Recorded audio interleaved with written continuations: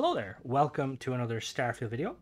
So we've got an interesting one today. So if you've checked some of my previous series where I take some of the in-game factions and either give them ships if they don't have them, like with the Freestar Navy, or I modify ships for the House Varun, I've been I want to do it with other factions, and I was thinking about the Crimson Fleet and the Spacers. And in the Discord, we've got a really good builder, Nolgroth, good friend of the channel. He was kind of thinking of the same thing. He was, in his his mind, he was like, didn't like how the Spacers, like, they're supposed to be unified, but they're not really. And he ended up making a load of Spacer ships with Spacer aesthetics, so like what you see here. And yeah, so decided what better way than to collaborate, because I've always wanted to collaborate, because he's a really good builder. So yeah, so say hello, Nolgroth. Hello, everybody. So yeah, so before we kind of start reviewing the ships, if you want to give a kind of a brief synopsis, because you've put like some lore into this, like headcanon. So if you want to just kind of give a brief, behind the, because we'll be covering multiple ships. So if you want to give a brief about all the ships, and then if you want to talk about this one in particular. Okay, well, in general, the idea is that I didn't think that spacers should have a uniformed livery and standard ships that they would like go to the showroom and buy. They would piece their ships together from the junk that they salvaged or, well, pirated. And that's where the idea started when I started making these spacer junker ships. And the Ugly Mutt was the first one I made. It's a Class A ship. It's a starter ship, so anybody could pretty much throw this together, with the exception that I kind of have some fuel tanks from the pickup, which might slow you down a little bit. But we got some alternatives for that, later on. There's a lot of lore on my blog that you could read on that. I don't want to bog down the video with that, but essentially this is, flown by a singular person who assembled it over a long time when he was trapped in orbit. And you can learn more on my blog about that. So I will say, obviously, we do want to try and get some traffic to his blog, because it's phenomenal. I'm not trying to stroke his ego, but he's kind of captured the ideal kind of the Starfield shipbuilding. Like, all of his ships feel in universe. Because, like some people build, they like try to be inspired by Star Wars or Star Trek or whatever, and there's nothing wrong with that. But you can tell when looking at a ship that has like Star Trek inspired, it doesn't fit, whereas all Nolgroth ships fit really well. That being said, though, I think we should tease lore a little bit. So if you want to talk about it, because I really like the idea of like he was a Freestar pilot, wasn't he, during the war? Yeah, he was a Freestar pilot, and when the ceasefire was called, they basically all just backed away. If you kind of look at the lore that's in the game, they all kind of wanted to wash their hands of what was going on in the war, so they started prosecuting their own soldiers and supposedly executing them on the UC side. And I wanted him to be essentially forgotten, and he was left alone, stranded out in space, and he used the resources at hand to basically build this ship from scraps, and then once he had a usable ship, started pirating and smuggling and doing awful things like that. Which makes a lot of sense, because from a lore point of view, if you've been serving the Freestar loyally, blood, sweat, and tears, and then they just kind of, they push you away with you're going to be angry, and you're going to be like, well, why do I have to, follow the rules anymore? Which is really cool. And we will be covering more of this, because he's kind of what was it? The whole kind of all these ships are based around a specific spacer faction, aren't they? Yes. That you've kind of designed. Yeah, I called it Orozco's Raiders, and they're not exactly what you'd call a tight-knit group, but they kind of come together from time to time to do raids and whatnot. And the theme behind that entire group is that they were abandoned or even turned upon by their own, governments. And so now they don't really hold a lot of faith in those governments and processes. This is what and each happened. one of them approaches it. Oh, go ahead. No, I was going to say, this is what happened, folks, when both the UC and the Freestar, they pushed their veterans out. They turned to raiding and stuff. But yeah, so we're gonna really quickly go over some of the stats, and then once I've kind of gone over that, Nolgroth, if you want to kind of add anything before we kind of do the the deeper dive. So you were saying this is based on a pickup initially, so if people want to build this, they can get their hands on a pickup, which Right. they're not too That hard that's to find, are they? They're one of the abandoned ships. You can. Am I correct in saying that? they're rare for me. I've found two in all my time playing. So if you can't find a pickup, the biggest thing from the pickup are the two fuel tanks. And what you could do is instead find an alternate set of fuel tanks and snap them to the top of the landing gear points, and then put like a Nova bracer on the bottom ones to connect the two gears across the way there. All right, so let's stat wise. We've got the fuel of 800, as you can see, which I think that says 800. I might be slightly blind. Which is more than enough fuel. We've got the hull of 506, which is quite good for an A class. Cargo capacity of 620. A class reactor with 20 power. Crew of 3. This is obviously meant to be a solo vessel, like he was saying, but you could, if you wanted to, you could throw some people in it. You still have a little bit of room. Jump range of 20 light years. 355 shields. So shields on the lower end. But then, like, the thing is, I suppose, of these sort of, like, spacer factions, like, with these ships at least, they're not going to be going toe-to-toe with some chimeras, so they don't really need high-end shields. And then we've got particle weapons and missiles. The two particle weapons are mounted there just on the landing gear, and then the missile pod on the back. So the price to make this, if you don't find a pickup just going off the parts, it should be probably about 100k without perks. So yeah, let's go. One thing I will say, I really love the layout of the ship, and like I love this part here, the kind of the cargo bay, because it fits. It's really functional. Because a lot of the ships, when you look at them, like the vanilla ships, it makes me think the developers weren't thinking of the logistics of, say, unloading and loading cargo. And with this, you've kind of got it like perfect, because we obviously have the cargo bay entrance here, and then we have kind of these cargo containers. Was that like intentional, or was that kind of like a happy accident, kind of having them slung under? That was a happy accident. Just the way it started to come together, that was the logical place for me to put those cargo pods there, and that's what I did. It's because that's one thing I always find too when I build like ships. A lot of the time, a lot of my kind of cooler designs, it was just accidentally. It's like, oh, I'll try what this looks like there, and then you're like, damn, I really like that. And then obviously we've got these really big, the Hope Tech landing gear. I love these landing gear. They add so much style to the vessel. So we're gonna head inside. Yeah, those also came off the pickup. Those also came off the pickup, but you could also get those off of the Crimson Fleet Ghost. Yeah, which I believe the Ghost based off the Watchdog. They stole that from, which is fair because Hope Tech make good ships. So in we go.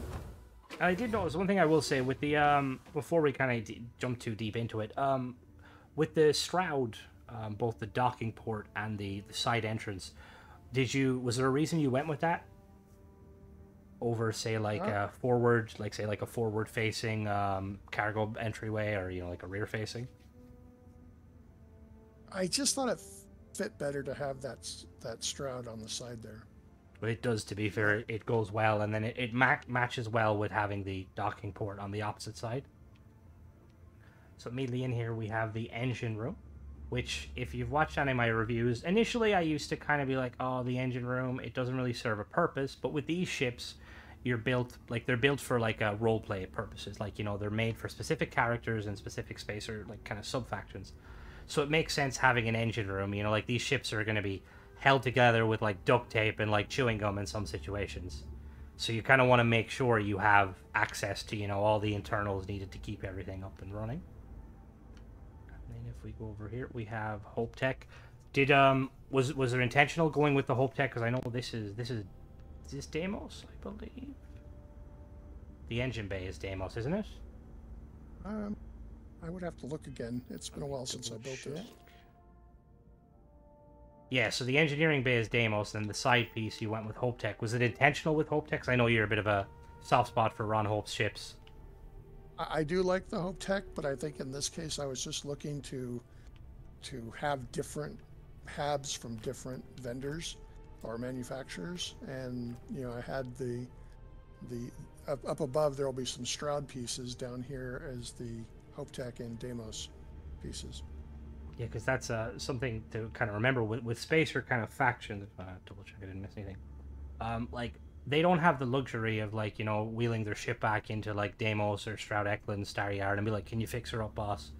They're literally gonna have to just pull off if a internal habitat gets riddled full of holes. They're gonna have to pull it off if they can't patch it. So I do like that kind of the aesthetic of having the different pieces. I believe I think this is a Stroud Eklund. Yes, Yeah. This is Stroud Control Station. I mean, he is not affiliated with the Spacers, so don't hate on him. And then I believe that is everything. We've also got the storage. This is the storage room, I believe. Yeah, it has the. I like the storage room over the companionway. And then we've got the bridge or the cockpit, which I really like these cockpits. Like, just if you were to like take a look at this cockpit from just without learning anything about the lore, you'd assume a manufacturer who was very much military inspired, and then when you learn it's Hope Tech, you're like, Ron, what the hell? But it's a really, really cool cockpit, and it kind of internally it fits the build, because you notice how like it's got these kind of like visible like piping and paneling, like there's nothing kind of sleek and luxurious about it, and it looks really well. We've also got room for your co-pilot and your navigator. Now we're gonna take her up into space and see how she performs. I will say, as always, I have a perk that increases my power by 5. So for the sake of this review, we're not going to be making use of 5 power from the pip system, but I think we should be good. I really love the kind of the aesthetic of it. The asymmetry of it, first of all, it's so cool. I love seeing asymmetrical ships, and then just the kind of the DT engines mixed with the white dwarfs. So let's take her off. Okay, yeah, perfect. So we have more than enough power to play around with without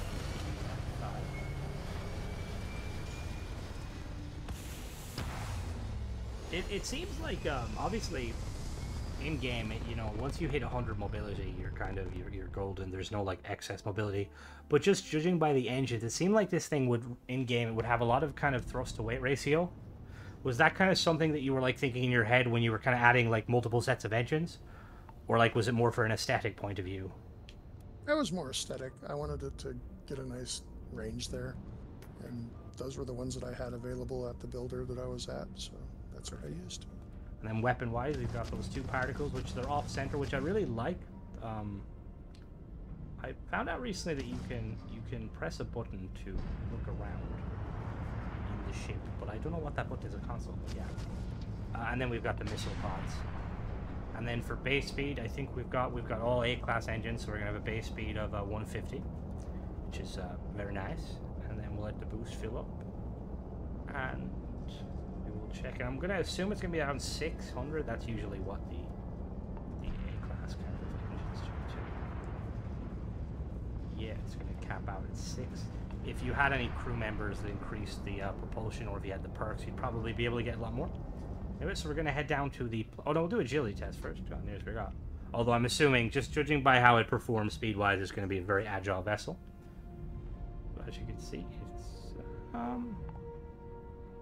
No, it's agile. It's not super agile. I'm assuming it's probably sitting on the 80 mobility. We'll check it when we get down there. But I do like that. I'm not a huge fan of ships being, like, max mobility.